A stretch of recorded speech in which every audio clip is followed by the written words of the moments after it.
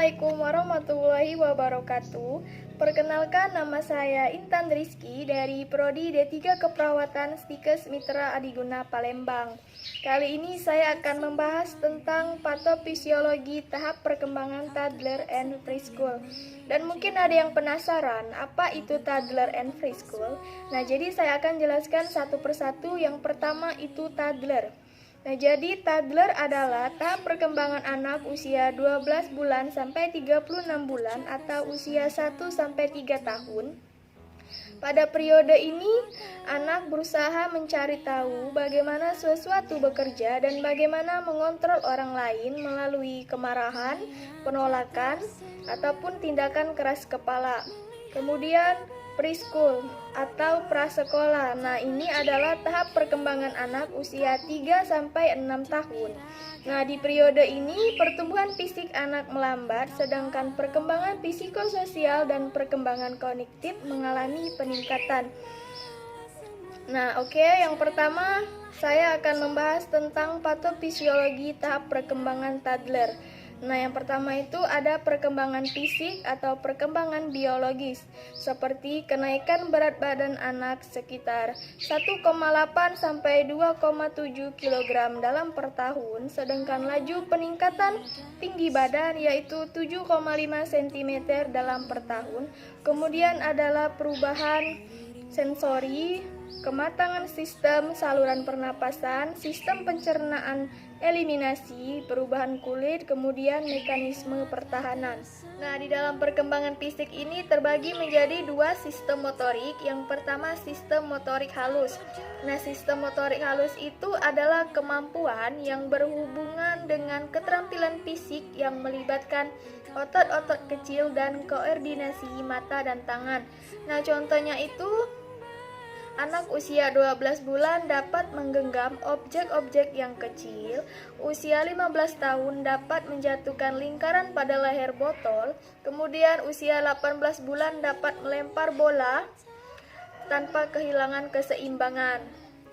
Kemudian yang kedua itu sistem motorik kasar. Nah, merupakan sistem yang berhubungan dengan gerak-gerak kasar atau yang melibatkan sebagian organ tubuh seperti berlari dan melompat.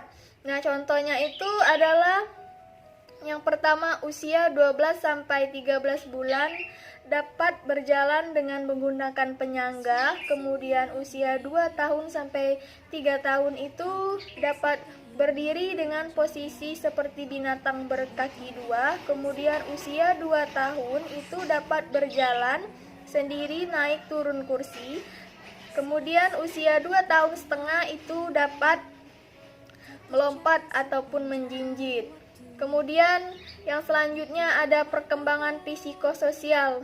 Nah, anak di toddler ini lebih banyak berinteraksi dengan teman sebayanya saat mereka bersekolah di toddler atau saat aktivitas daycare. Nah, mereka akan bertemu dengan teman sebayanya, guru, pengasuh, ataupun yang lainnya.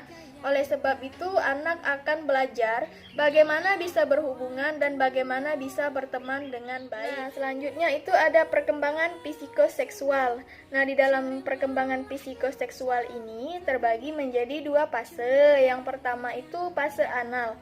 Nah, dalam periode ini fase ini memberi kepuasan berkisar pada anus, atau tugas anak dalam perkembangan ini adalah melakukan kontrol terhadap BAB ataupun BAK.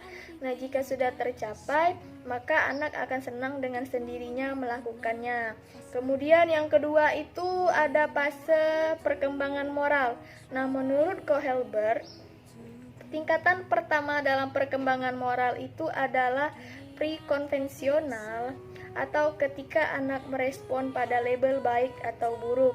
Nah, pada tahun kedua, anak akan sendirinya mengetahui aktivitas yang mereka lakukan dengan mendatangkan persetujuan atau pengaruh. Kemudian selanjutnya ada perkembangan bahasa. Nah, dalam pemerolehan bahasa, anak usia 1 sampai 3 tahun itu merupakan proses yang bersifat fisik dan psikis.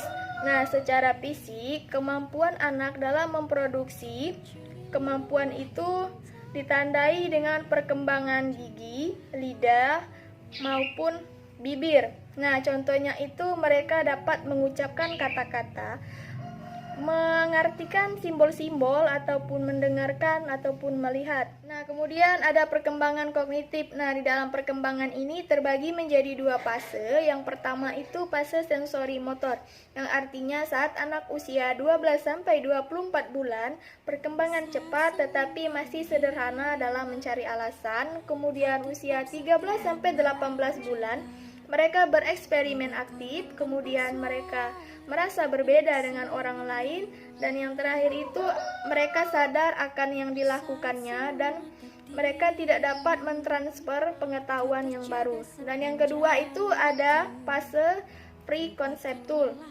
yang memiliki karakteristik seperti egosentris, traduktif, organisasi, centration, kemudian medical, kemudian animisme, dan yang terakhir itu ketidakmampuan dalam menghemat. Oke, selanjutnya pembahasan kedua saya adalah tentang patofisiologi tahap perkembangan preschool atau prasekolah.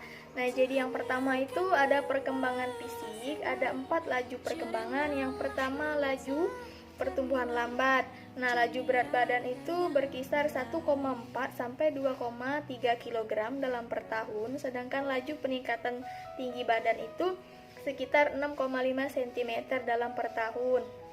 Karena itulah, peningkatan ini adalah peningkatan proporsional yang menyebabkan anak di usia 5 tahun itu terlihat kurus. Nah, yang kedua itu laju pertumbuhan gigi. Nah, anak yang berusia 3-6 tahun ini memiliki susunan tulang tengkorak sudah mencapai 90% dari ukuran dewasa. Nah, jadi pertumbuhan gigi non normal ini mulai muncul di awal masa prasekolah, dan kemudian di akhir prasekolah gigi non normal akan diganti dengan gigi permanen. Kemudian itu laju perkembangan indera penglihatan. Nah, meskipun indera perasa atau pembau anak masa prasekolah ini sangat tajam, tetapi saat usia 3 tahun itu belum matang, dan koordinasi mata dan tangan itu baik, tetapi jarak perkiraan masih belum sempurna. Itu dapat memicu anak terjadi benturan atau jatuh. Dan yang terakhir itu ada pertumbuhan tulang. Nah, saat usia 3-6 tahun kelahiran, pertumbuhan terbaik tulang itu terjadi pada kaki. Nah, jadi itulah yang menyebabkan perubahan proses cara berjalan. Selanjutnya itu ada perkembangan psikososial. Dalam periode ini, anak-anak mengalami peningkatan cara berpikir dan keterampilan. Untuk perkembangan kognitif pada fase ini adalah proses berpikir mereka menjadi internalisasi, yaitu sistematis atau mengandalkan intuisi. Nah, selanjutnya itu ada perkembangan bahasa. Nah, anak yang berusia 3-5 tahun itu mengalami perkembangan bahasa secara umum banyak ditandai dengan anak usia 3 tahun, yaitu mereka dapat menyusun kalimat-kalimat sederhana dan cara bicara mereka mengalami keraguan atau pengulangan, dan ini kemungkinan terjadi kegagapan. Nah, dalam kegagapan ini akan hilang sekitar 3-6 bulan. Nah, jadi ketika mereka berusia 5 tahun, peningkatan kosakata mereka meningkat menjadi 1.500 per kata sejak mereka berusia 3 tahun. Nah, penyebab kegagapan atau kesulitan dalam bahasa ini ada beberapa penyebab. Yang pertama itu gangguan pendengaran atau gangguan fisik, kemudian kurangnya stimulus, kemudian overprotection, dan yang terakhir itu ada kurangnya minat atau penolakan terhadap orang tua. Selanjutnya itu ada perkembangan imajinasi. Nah, di dalam perkembangan ini, anak masa prasekolah itu telah belajar berpikir tentang sesuatu tanpa melihat suatu benda itu secara konkret. untuk digambarkan maupun diimajinasikan. Nah, di dalam perkembangan normal ini biasa disebut magical thinking. Inilah yang membuat anak sulit memisahkan antara realitas dan fantasi. Kemudian ada perkembangan seksual.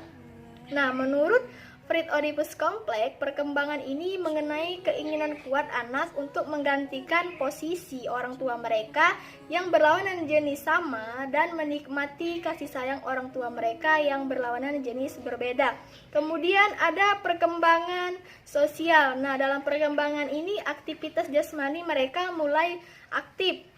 Nah, pada anak usia 3 tahun, itu mereka akan sering bermain permainan imitatif atau peniruan. Nah, contohnya itu seperti mereka menirukan seperti ibu-ibu, seperti guru, seperti dokter, maupun yang lainnya. Nah, dalam masa ini memiliki keunikan tersendiri, yang itu antara lain yang pertama adalah unicovid behavior, seperti mereka sering melamun, menggigit jari, kemudian mereka bisa memainkan pakaiannya dengan tujuan yang tidak jelas, kemudian ada aggression atau serangan.